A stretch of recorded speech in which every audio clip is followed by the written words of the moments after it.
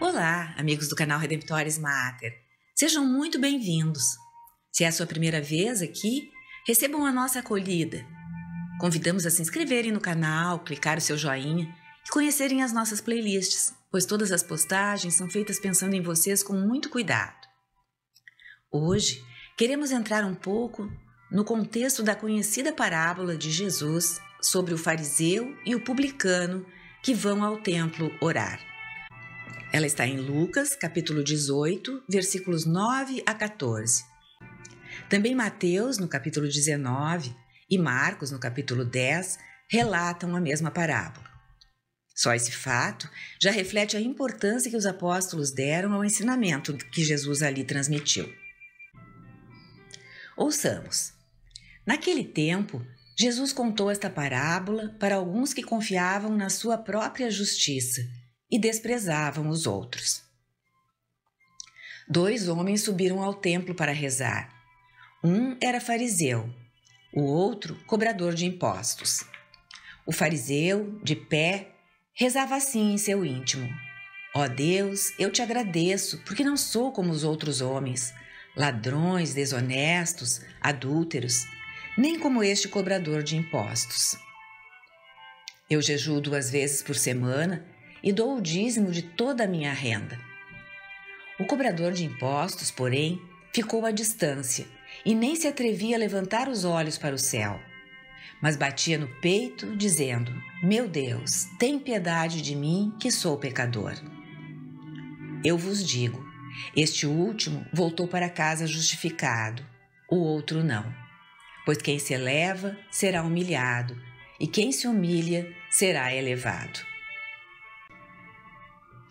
Jesus percebia a necessidade de ensinar as pessoas como rezar.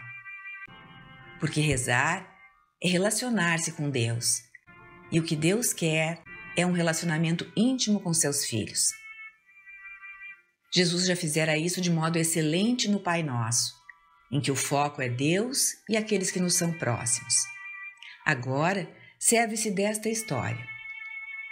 É uma história para tocar as pessoas orgulhosas, aqueles que, como narra Lucas, confiam em si mesmos e se acham justos desprezando os outros. Esses 2 elementos estão muito presentes no pecado do orgulho, na perspectiva bíblica. Não se trata daquele orgulho positivo, daquela alegria por uma conquista de um filho, por exemplo.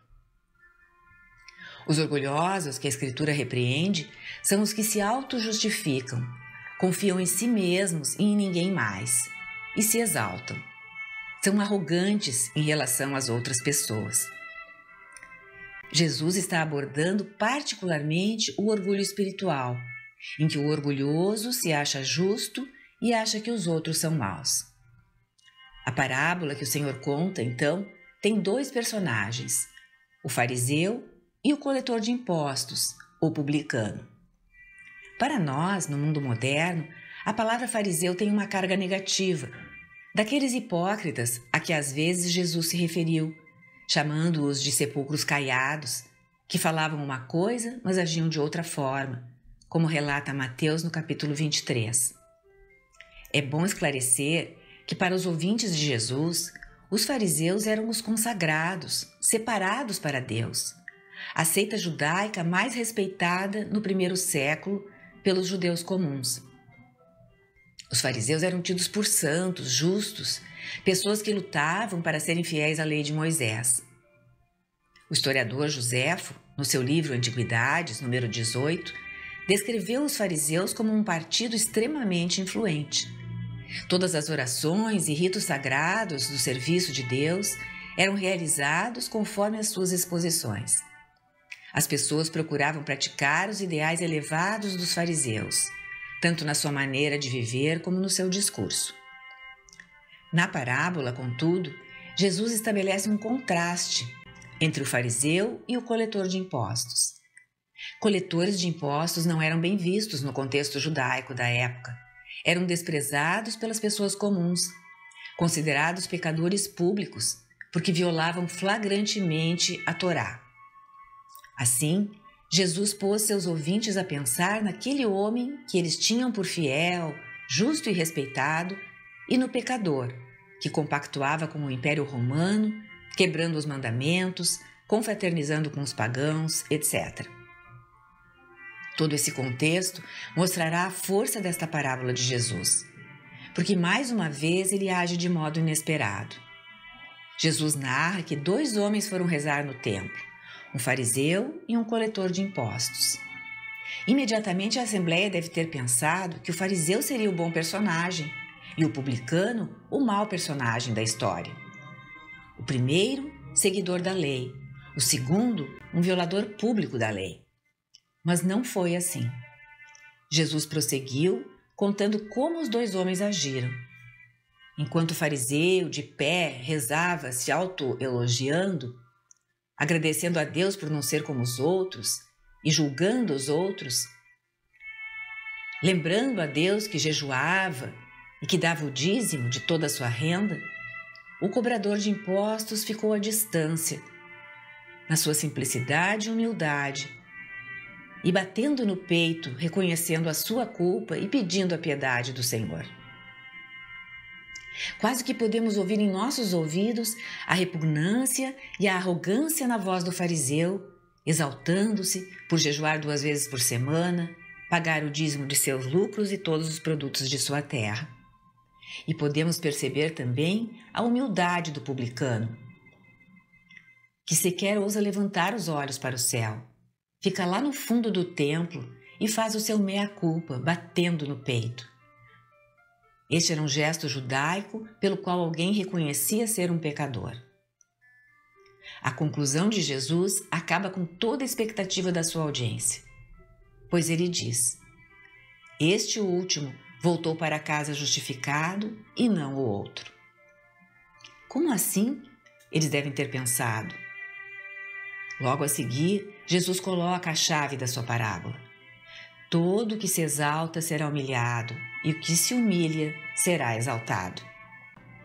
Na proporção inversa das orações do fariseu e do coletor de impostos, vem o ensinamento do Senhor.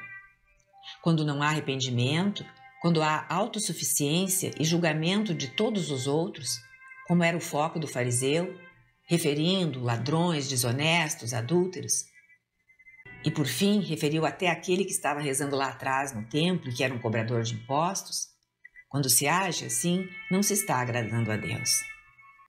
Deus quer uma relação de amor com seus filhos, não alguém que reza para si mesmo. O publicano rezava para Deus, o fariseu para si. E isso está no núcleo do pecado do orgulho. A pessoa orgulhosa se coloca no lugar de Deus, faz de si mesmo o seu Deus. Já o publicano reconhece quem é Deus. Deus é Deus. Ele é uma mera criatura, fraca, pequena, pecadora.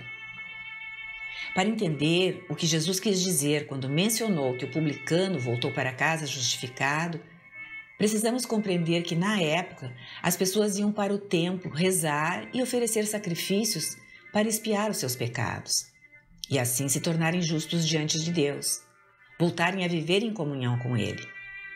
Portanto, a parábola toda aborda o pecado do orgulho, a necessidade da humildade e o modo de se rezar.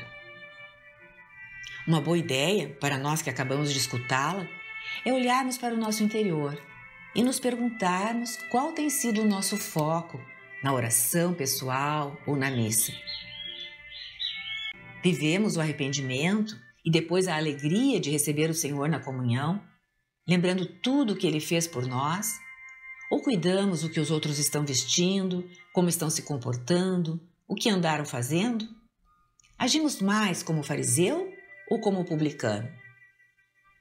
De fato, a humildade é a pedra angular da oração. Se construirmos nossa oração sem humildade, falando com Deus do alto do nosso orgulho, das nossas próprias boas ações, como se não as praticássemos por causa da graça que Ele nos concede, mas por nós mesmos, não o agradaremos. Somos pedintes diante de Deus e não o contrário. A oração orgulhosa não é eficaz, não é efetiva. Aliás, muitas pessoas sequer rezam, porque não são humildes, não se reconhecem necessitados da relação com o Criador e Redentor. Seja por uma ou por outra maneira, o que se diz para Deus é que não se precisa dele.